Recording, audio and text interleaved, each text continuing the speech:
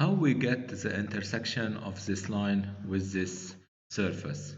This isn't a surface, AutoCAD surface, regular surface. This is just a 3D polyline. But this method works for anything, for any AutoCAD entity. Okay, whether this is a surface, a face, a 3D face, or a 3D polyline, whatever. So what is the intersection of this line with this surface? A quick way and to do it is just to make a 3D mirror. So we type 3D mirror, sorry, mirror.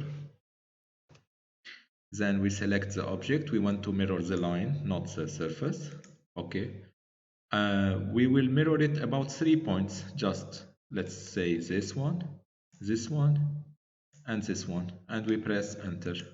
That's it. So the intersection of this line and its mirror is the intersection also of the original line with the surface. So I can just, let's say, take this line and draw something else from it. That was easy, no? Thank you for watching.